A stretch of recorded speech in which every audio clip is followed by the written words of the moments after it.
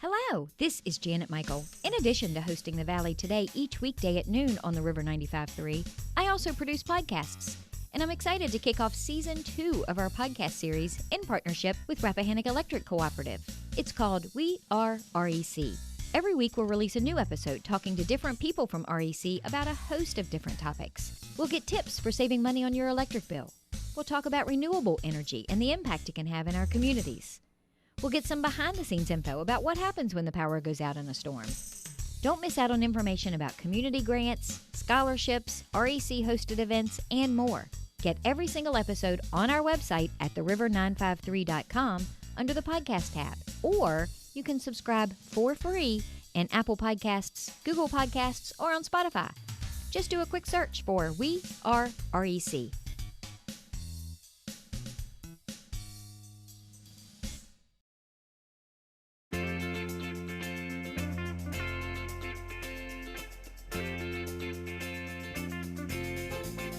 Hello and welcome to The Valley Today. I am your host, Janet Michael. It is The Valley Business Today, and it's an extra Wednesday in the month as you are listening to the show, but we are pre-recording over a Zoom screen for our fifth Wednesday conversation with Sally Michaels from the Frederick County EDA. Sally, thank you for meeting me on a Zoom screen on a hot and sticky Monday afternoon to record today's show. I appreciate it. Thank you for having me. Excited to be here and talk about everything that we're still working on. But you're working from home. It is amazing to me how many living rooms, bedrooms, kitchens. Thankfully, I've not seen anyone's bathroom yet recording a radio show over Zoom. Yeah, that would be inappropriate. And that would fall under one of the categories that I'm going to talk about. Well, then I want to get into this because I can't wait to find out what category that falls under. But I know one of the things that we're going to talk about today is the Business and Education Summit, because you are still having it, and it's more important now than ever. Well, right. So the summit is for the business and the educators. Speak the same language. Educators are still training up our kids and, the post-high school to move on and get into the workforce. Businesses are still looking for folks. So we are moving forward with the summit. It's an annual summit, and our focus this year is the workforce model. And we'll probably be the focus next year and the year after that too. It's a 3-year plan. It's going to take a long time. So explain the workforce model to me. Okay. We have always talked about K-12 and a crop of future workforce.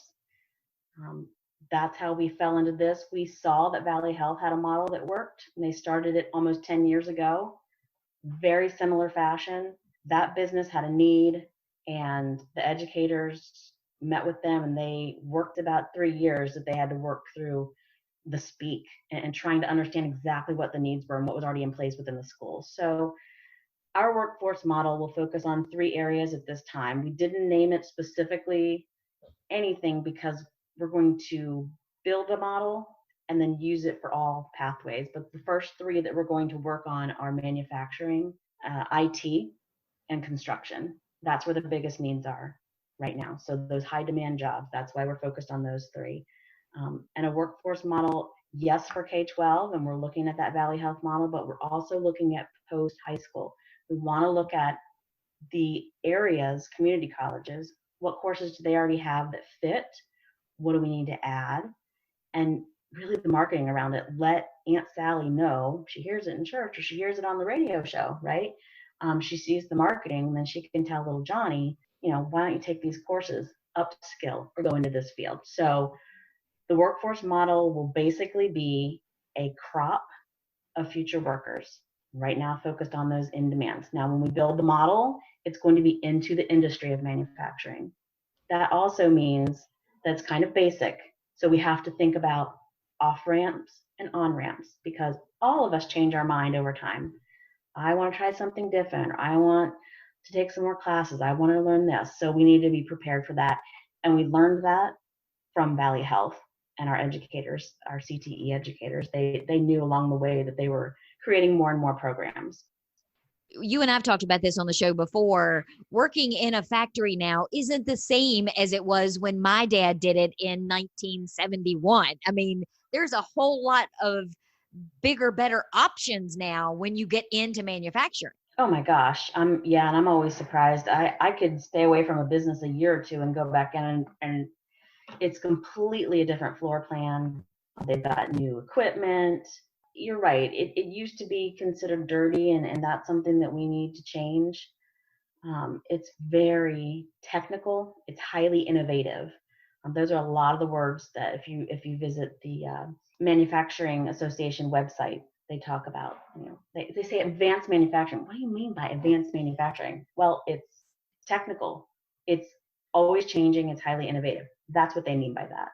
It's not Laverne and Shirley, like we say. Laverne and Shirley manufacturing with the Coke bottles. Very clean. There's robots. You got to get out of the way, follow the pathway on the floor, make sure you're not getting run over when you see those at some of the plants. It's amazing. First time I saw it, my jaw dropped. I couldn't believe it was coming at me. They use it's like a forklift. They go get a load and they follow the yellow brick road, the path, to set it over on the dock. And that does eliminate certain types of jobs, but then those folks are now training up in different areas. Yes, to answer your question, is totally different. And it is all about the need. So as those jobs evolve and the training evolves, the pay evolves. And I've heard firsthand on these tours when I go in with either educators or go in with a class of students that these operations managers are saying, you walk into a room and it's completely filled with equipment. I've got to call somebody in to fix this. There's no one local that does this. And when they come in, they're working on this company and that company and that company, and they're making a lot of money. So there's definitely good pay, steady pay, but not just the paycheck. Things that we like to reiterate are paid vacation time, paid sick leave, health benefits. Huge percentage of a salary. And those are things to really consider. Well, and I think sometimes kids in high school, they're looking at paychecks. They want to know, how much money am I going to make? Those of us that are a little bit older start to realize how the paid vacations and the health insurance and those things are a little bit more important. So if you can bring those two together in a kid who has just graduated or is about to graduate and get them to understand that, you've won the battle, halfway won the battle already. Right. It would be a miracle if they actually listened to any of us parents, but hopefully something sticks. And they will realize later on, especially post high school, that you know what, that I want to go on summer vacation with mom and dad, but my company doesn't. They're like, yeah, you can have the time off, but keep in mind, I'm not paying you while you're off. So the bigger thing is getting people to understand the jobs that are out there. Every job title is different. So when we look at this model, if we can create it so that it's kind of like a conveyor belt, moving folks forward, but when they want to start specializing, do we have those courses, those opportunities like on-site learning for them to try out? And with these three workforce models, they're core because you've got manufacturing, IT, and construction, but they're also the most popular right now. I'm not sure that manufacturing is popular. I think that kids hear that word and they're turned off, frankly. And that's one of the things, this workforce initiative I was talking about. How do we get our younger folks engaged?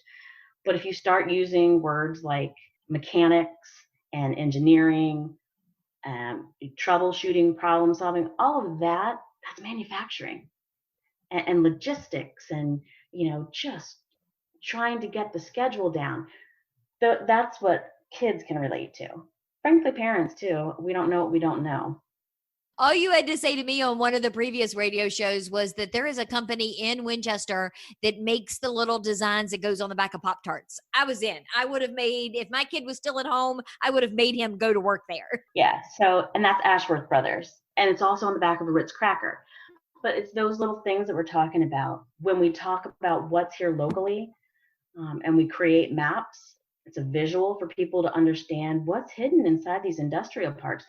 Well, flip over your Pop-Tart, flip over your Ritz cracker. Did you know that the folks that have the wire that create the conveyor belts then sell it to the company that makes the Pop-Tarts and the Ritz crackers? That's the hook. It has to be recognizable, or they don't get it. Don't just say manufacturing. So what does the pathway include for some of these workforce models? Well, that's a good question. That's why we have to have the summit. So instead of in-person summit this year, we will have our new chairman of the Workforce Initiative, Todd Lynn, pre-record an introduction, and he will explain what is a workforce model, what is the goal, manufacturing, IT, construction. He will also review regionally, Shenandoah, Warren, Clark, Winchester, Frederick, what courses are offered at the local community colleges and what courses are currently offered at K-12. And again, that language, decipher what that means. We can't just say building trades 1 and 2 because businesses are like, okay, what's involved in that?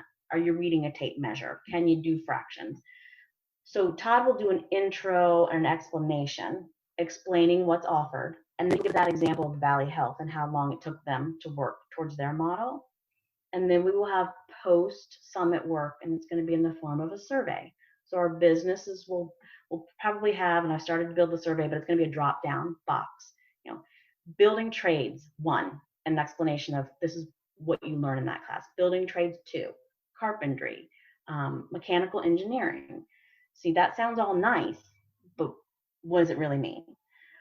So that's the second piece of the big summit, 3 parts. So we'll get that feedback from our businesses via survey. Is it useful? Is it a step over the threshold into your industry? Understanding that what we're building is a pathway, but we will have to perfect it. We have to hone it with on-ramps and off-ramps. And then the third part of our summit would be months down the road, the reveal, a webinar live so that our businesses can tune in with our educators and we're revealing what these models look like. So a little bit different. We don't get to all come together in one big room, and that's what I miss about being with people because you have that energy to feed off of. So 3 parts to the summit, but we're pushing it forward. There will be a workforce model for those 3 areas. We'll get this one fine-tuned, and then we'll open it up to other areas. I know that transportation and logistics is a hot one. So that'll come along eventually. But right now, let's just get it moving. And I'll mention that before Mark Merrill left Valley Health, he knew that we were working on expanding the model, and Valley Health has already invested in expanding it within. So they have IT too. You think of the hospital, you think medical right away. But hold on, they have a huge IT department. So why wouldn't we take a model that already works for them and expand it that way? So he was 2 thumbs up for that. We've still got Liz Savage on board from Valley Health that's going to work with us. I just don't think that we can fail. We've got the right people invested, and we've got this model that already works. Well, let's take a quick break. Can we talk about the Employer Expo that's coming up in October? Yes, please. Okay, we're going to do all of that in a couple of minutes. We are sharing a Zoom screen today with Sally Michaels from the Frederick County EDA. It is the Valley Business Today as you are listening to this. We, however, have recorded it on a Monday afternoon. Regardless, we're still going to be back in just a couple of minutes, so hang in there. Do you know anyone who is struggling with financial hardships because of coronavirus? Our new webinar called Coping with the Money Crunch can help. We'll talk about immediate options to consider, revising or creating a spending plan, and lots of community resources. Then we'll cover how to narrow your priorities, contact creditors, and avoid scams and risky loans. The webinar is free, and you can either join by phone or through Zoom on a smartphone, tablet, or computer. You can find out more by visiting the Northern Shenandoah Valley Financial Education Program on Facebook or calling Karen Poff at 540-635-4549. Let me show you how to make your own plan or help someone you care about get through the crisis. Call 635-4549 or visit at NSV Financial Education on Facebook today.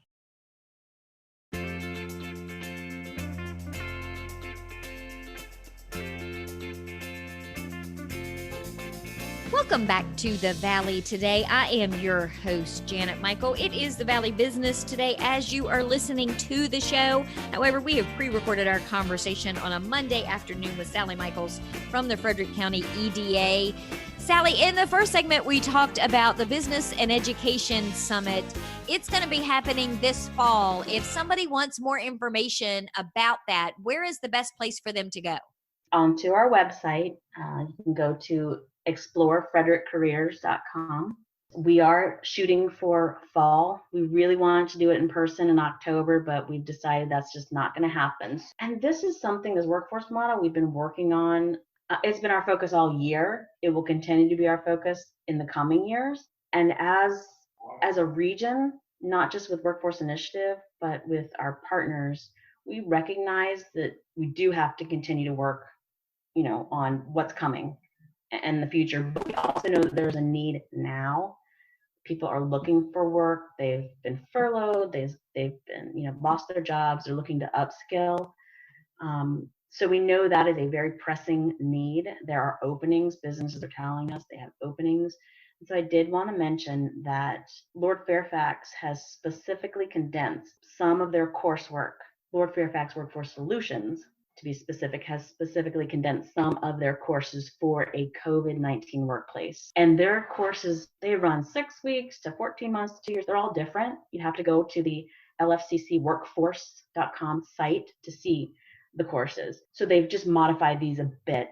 So if they're coming in-house to upskill and to train. So if you get some folks over the threshold and you decide, I'm going to give them some boot camp and run through these courses, please call Workforce Solutions. They want butts in the seats, but they also are willing to work with businesses. They will come on site to work with you. They've told us that they've had businesses that will host, and then neighboring businesses will send 2 or 3 people. So you have a full classroom with these subjects. So please check out the boot camps, the fast forward courses through Lord Fairfax Workforce Solutions, because that is for right now. We recognize that things have changed somewhat within the workplace, but also that folks have been laid off or furloughed, and they're looking to upskill or change course. Yeah, I think a lot of people are reevaluating their own career paths as adults now that this pandemic has happened, and are just thinking, you know what, if I'm ever going to make a change, being furloughed or being let go, this is an opportunity in some ways.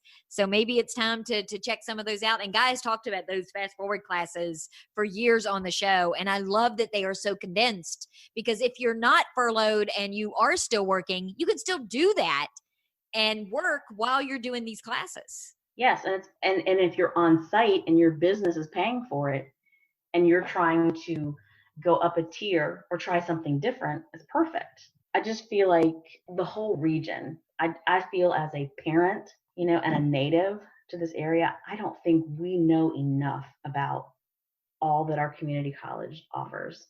It is a valuable resource. We are very blessed to have it here. And I think that people really need to take advantage of that. So the Employer Expo, are you still planning to have it? Is it going to be in person, virtual? What's it going to look like this year? Right. So this would be year 3 for the Employer Expo. It was supposed to be May. We pushed it out to the fall. We are going to have it in person October 16th. It will be at Jim Barnett Park at the Memorial Building, just like the past 2 years. Our partners, the Chamber and the VEC, have done several webinars, or I guess they're the Zoom where you go in the rooms. The breakout rooms. Yep, the breakout rooms. And they've had a good response from attendees and businesses. But I feel like at this point, that in-person communication, it's valuable. So October 16th, we hope to have our 60 businesses return. We hope to have a couple hundred people again come in and talk to those businesses face to face. Something new that we're doing this year, and we're going to advertise the positions that they're hiring for. So in the past, we've done a great job in telling you who's going to be there, but this time we want to make sure we're letting people know the jobs they're hiring for. And maybe a little explanation with those, like we talked about in the first couple segments. What does trades one mean? Can you please explain? So hopefully we'll put it in layman speak so that everyone understands the types of jobs, the positions that are out there. So that's something new that we're going to be doing. We'll bring back the classes. We've always had the mock interviews. Navy Federal has been a great partner there. We'll have the professional etiquette class, and we'll have the resume writing. We'd like to add courses this year. Certainly all of this is going to be spaced out. I mentioned 60 employers, and it is within the entire gym. I think we're fine with space there. The classrooms will be a little bit more spaced out. Something I alluded to at the very beginning of this radio show was the etiquette. working from home, you said, I haven't had a Zoom meeting in the bathroom. So that's something that I would never do a Zoom meeting in the bathroom, but I haven't seen anybody else do one either. So that's one we might add is etiquette for working from home. I think that that's a big thing that people might not think about. Think of them as 101s and 201s. We'll offer the same ones, but we're going to ramp it up a little bit and add some of those courses. October 16th, Jim Barnett Park. This is year 3 for the Employer Expo. This is the chance to get face-to-face with a mask, face-to-face with those folks that are doing the hiring. Take the courses. We're still offering scholarships. So for completers, folks that take 3 courses, fill out the information and we offer $500 scholarships. So that could be anywhere. It could be James Rumsey. It could be Lord Fairfax. It could be something completely different, but it's a free scholarship. If you put the time in, you take the courses, you fill the paperwork out, we draw the names. So why not?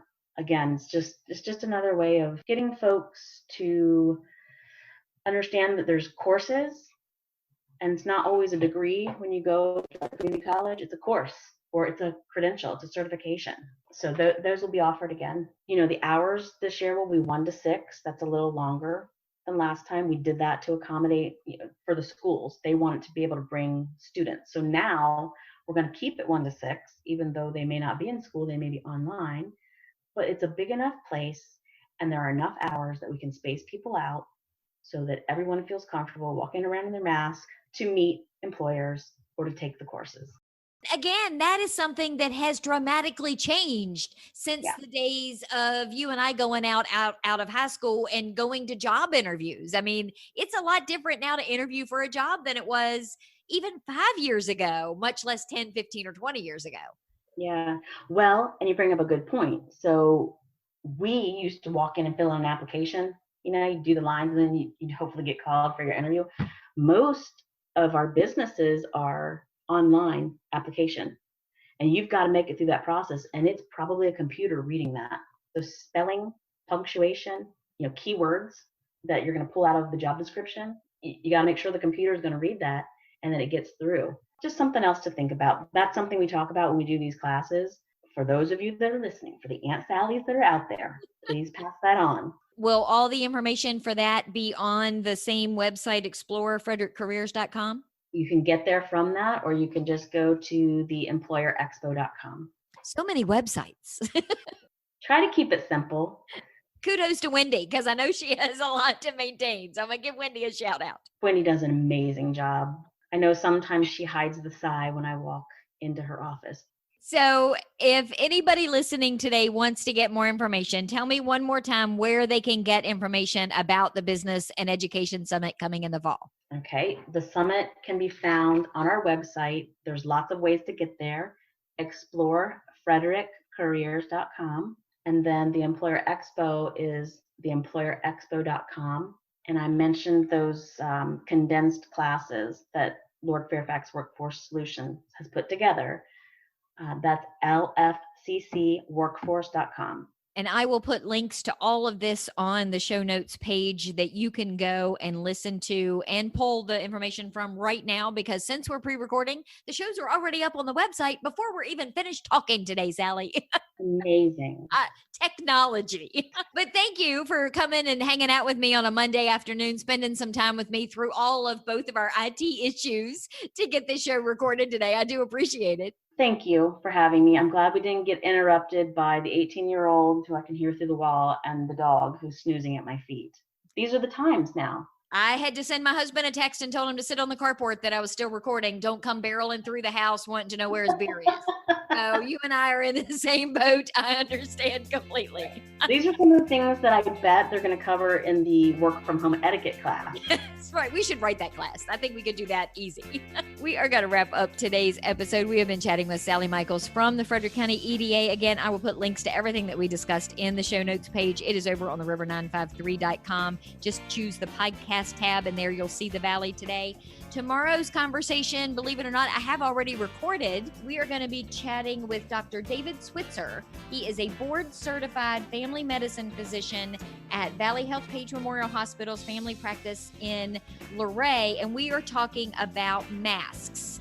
Why you should wear them, what kinds you should be wearing, what they really do to help protect you from COVID-19. We're also going to be busting a few myths on the coronavirus, how you can and cannot get it, and how you can and cannot prevent it.